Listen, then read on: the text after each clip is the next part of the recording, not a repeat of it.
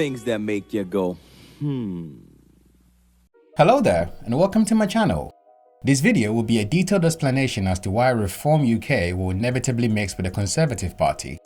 And to Reform hopefuls, this is meant to give you a reason why you need to keep your powder dry, just in case you might need to go duck hunting. If you like what you hear here, consider a sub and a like. If you don't, leave your wonderful comments down below. I always respond. And with that said, let's begin. Let's go! So before I even get into my analysis here, I want you to hear this interesting statement from Farage's own mouth. We've campaigned on vote reform, get Starmer out. That will work. One projection off the back of today's results suggests that if there were an election tomorrow, there would be a hung parliament with Reform as the largest party. In that situation, obviously, the Conservatives could be kingmakers. Are you ruling out a coalition with the Conservatives after an election? I wonder who their leader will be, because it won't be Kemi Badenoch. Look, it's classic media speculation. Let's look 1, 2, 3 years ahead. Let's extrapolate out from... But that is a very, very plausible scenario. Let's be clear. We are the winners today. It's an historic win. I've no desire to do a deal with the Conservatives of any kind at all. I don't trust them. As I say, they'll be reduced to a rump in the next Parliament. And all these projections are based on what's just happened. But you're not absolutely ruling it out? I'm not absolutely ruling out flying to the moon, but it's not what I want to do. I find it a highly undesirable idea. Now, since the May 7th election, battle lines are now being drawn for both right-wing parties, with wannabe Margaret Thatcher, Kemi Badenoch, now seeming to find her stride in the failing Tory party. But then I suppose the health secretary has been a bit distracted lately, hasn't he? Yeah, hasn't he? He's chuntering now. Why don't you just do your job? Do your job. Yet, in all media appearances, she has insisted that no deals will be made with Reform, and often insisting that. But if you look at the results on May the 7th, you didn't benefit. It was Nigel Farage who benefited. You're eventually going to have to work with him, aren't you? So I said that I'm not doing any deals with Nigel Farage. People voted in councils that are being abolished next year. It's a free hit. But you seem reluctant to accept what the voters said. The voters voted for reform. They didn't vote for your party. Do you want a general election now? The voters voted for Labour in 2024, and they had a historic landslide. Look at where they are now. So stop pretending that local elections are the same as a general election. It's not the same. Well, I'm of the opinion that a person is free to sniff as much copium as they want, even if the end result is a psychotic break and delirium. You go, girl.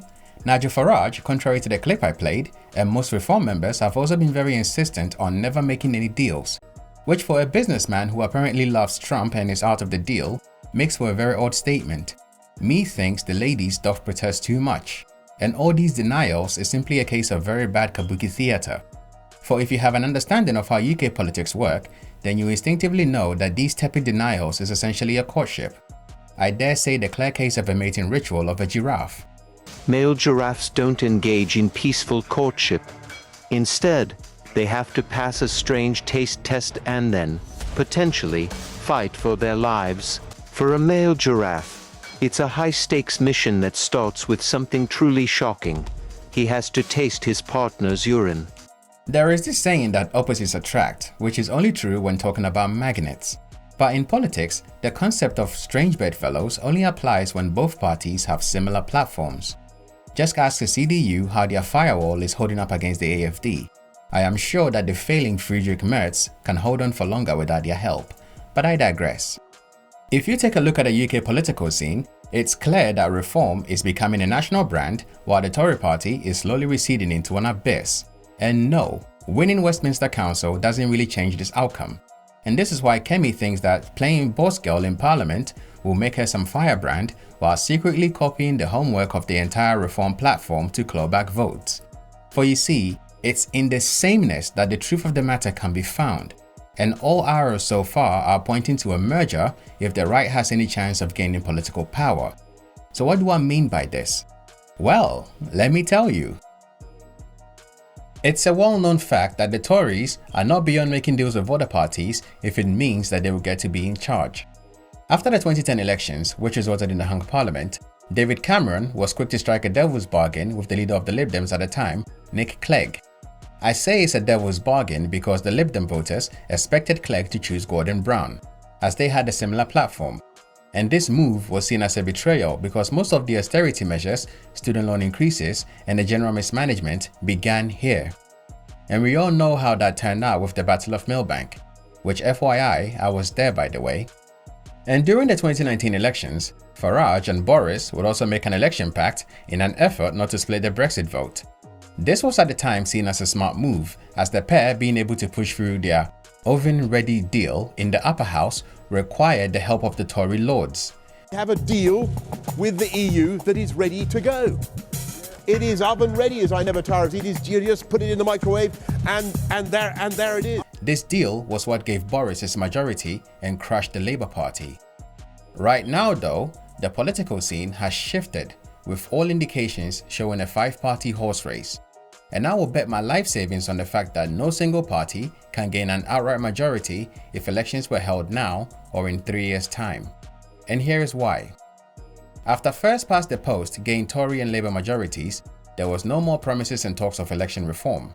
But after the council elections, this trend seems to be shifting as more MPs spooked by Reform UK now want to see proportional representation.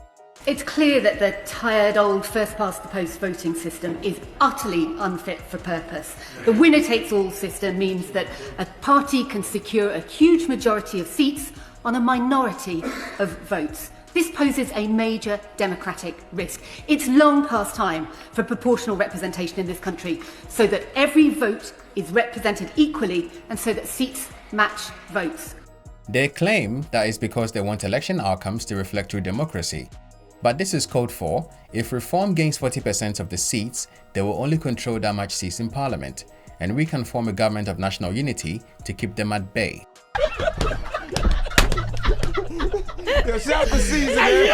But this strategy is doomed to fail, as most Tory members are also in favour of an alliance between the Tories and Reform. And as politicians love power, this essentially is a win-win. But in all relationships, the dominant partner is whomever needs the other the least. This is why if you are in employment, you are often given an employee number by your company, as a subtle reminder of your replaceability. It's not for payroll purposes, trust me on this. And given the situation that Reform will be a relatively young party, untested and wish to prove themselves, the Tory party will be the dominant simply on 3 grounds. They have the legitimacy of 200 years of existence, they have experience from governing the nation before, and the most important one is the sheer amount of colleagues they have in the House of Lords. This point in particular will be very relevant later. Go on. So if you are Reform and you want to show your stuff by enacting laws that help to prove your credentials to your voters and not be a sitting duck, then you are pretty much going to have to play ball. Labour Party, being rebuffed by the upper house on the Employment Rights Bill, is what led Starmer to appoint so many new labour laws to the upper chamber, simply to get the legislation through. And even then, it was watered down to near irrelevance by the Lords before getting royal assent. It also allowed them to pass the Renters' Right Bill after significant amendments on October 2025. I hope you understand now why there were no rent control measures in the bill. Turkeys don't vote for Christmas. This is the function of the House of Vampires, Lords. They serve as a buffer to what the Commons can and can't do. And if you have been paying attention so far, the very reason why Reform will not be able to enact any mass deportations if they take power. But the case for stronger borders can be made to allow for the integration of those that are already here. And besides, I don't think that King Charles will be particularly chuffed watching billions in potential future revenue being shipped away. HMRC doesn't stand for His Majesty refusing cash. Someone has to pick the tab for all this luxury, you know. What do you think the monarchy is? A fucking charity? And they will harness the potential of the pride felt across this country for its communities. This also means that the right-wing policies of Reform will constantly have to mirror that of the Tories if anything is to be done. Add on top of this the fact that the Tories have actually had a track record on governing a country before, so they have allies in the civil service. And those guys are infinitely capable of bearing reform with endless bureaucracy and procedures, which they are very skilled at, if I may add.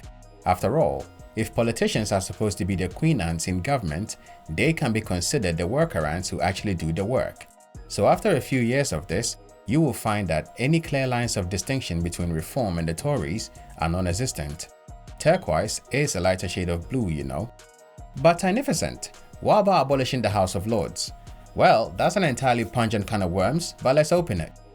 If the certified Kingslayer and self-declared Lord Protector of the Commonwealth of England, Scotland and Ireland, Oliver Cromwell, along with all his merry men, couldn't slay this particular nest of vampires in 1649, what makes you think that Reform UK can do it 377 years later?